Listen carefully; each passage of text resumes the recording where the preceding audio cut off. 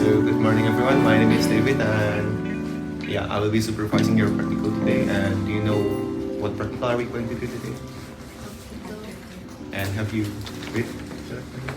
Yeah, that's right. And then, so you might know what are we going to measure today?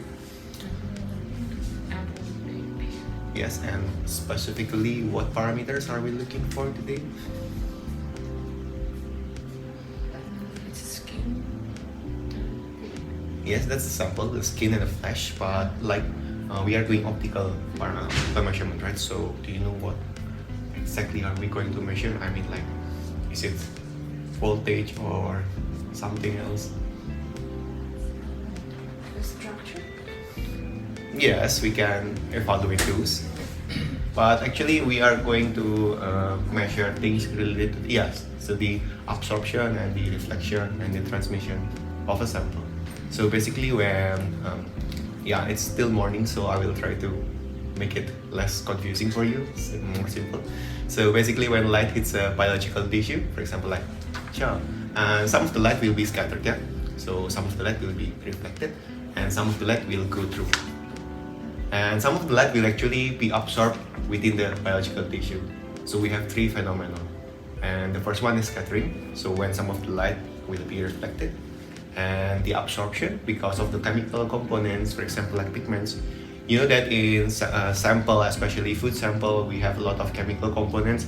And in fruit, for example, or vegetable, we have different kinds of pigments which have different peaks.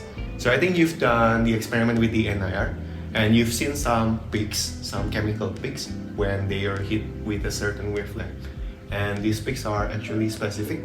For example, like chlorophyll only shows the peak at a certain wavelength. Or, for example, what are the pigments? Do you know? Can you name some pigments? Carotenoid and you know anything else? Well, it's myoglobin, I think. Myoglobin. Yeah, I think hemoglobin is the blood protein. But yeah, that can be also one thing. So myoglobin. So it's not limited to fruit and vegetable, but also meat and other things. So yeah, basically, absorption can be correlated with the chemical components inside the sample. So you can imagine, because they absorb the light. And then scattering, it relates to the structural information. That is why we can also evaluate the structural information of a sample. For example, do you know milk? And milk is considered as a colloid, yeah? And what is dissolved inside the milk? Can you name some dissolved particles inside the milk? Fat globules? Okay. And yeah, some other things? Whey? So no, whey is actually the water part of the milk when you separate the protein. So for example, like casein, protein, yeah, you have those fat micelles and the other things. What I'm saying is that we have a lot of particles inside the milk, yeah, and you can imagine that they have different particle sizes. And if a light hits them, then it might get scattered. That is why in colloid you have those Tyndall effect, that some of the light cannot pass through because some of it got absorbed and scattered.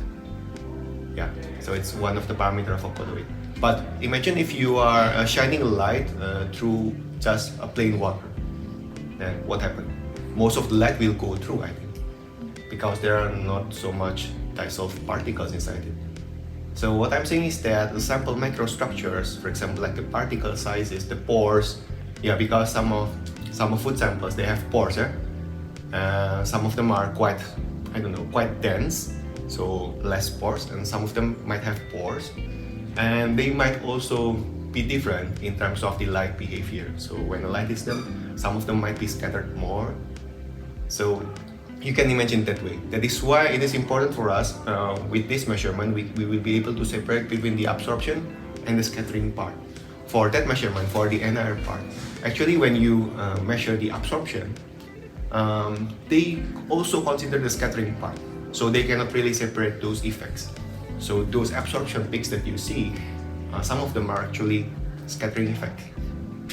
And in industries, for example, it might be useful for us to actually separate between the absorption and scattering. So that for the absorption, we can see pure chemical components effects. And for the scattering, pure microstructural information effects, for example. Okay, so I think that's it. So let's see the double integrating sphere setup in this room.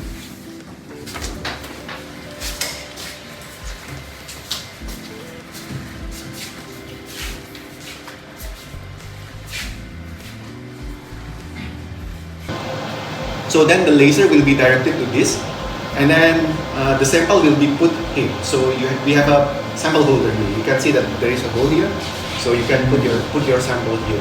And we have later a specific sample holder which you can put it in. And then the laser will hit the sample. So you can imagine that if the sample is here in the middle, so some of the laser will be reflected, right? So it will be reflected and it will be detected here. So you can imagine, reflected and detected here. But some of the laser will be transmitted. It will be detected here. So can you imagine this? Yeah. But of course, like the capability. The laser comes from this direction. Yes, the laser comes from that direction and it will either be reflected, and some small portion, I don't know what percentage, it depends on your sample, it will be transmitted to this. So that is why we have the detectors to detect the effect of reflectance and transmittance. And of course, before we do any kind of measurement, we need to do calibration. And this is no exception. We also need to do the calibration. And this is why we have this standard reference material. So I will move forward. I have a question. Yes? So, like as you said, we place all our sample. Yeah. But it doesn't absorb any expensive. And that will absorb some energy absorption. Okay. So actually from this you can get two kinds of results, which is the reflectance and the transmittance. And then from this you can get two important parameters of optical properties.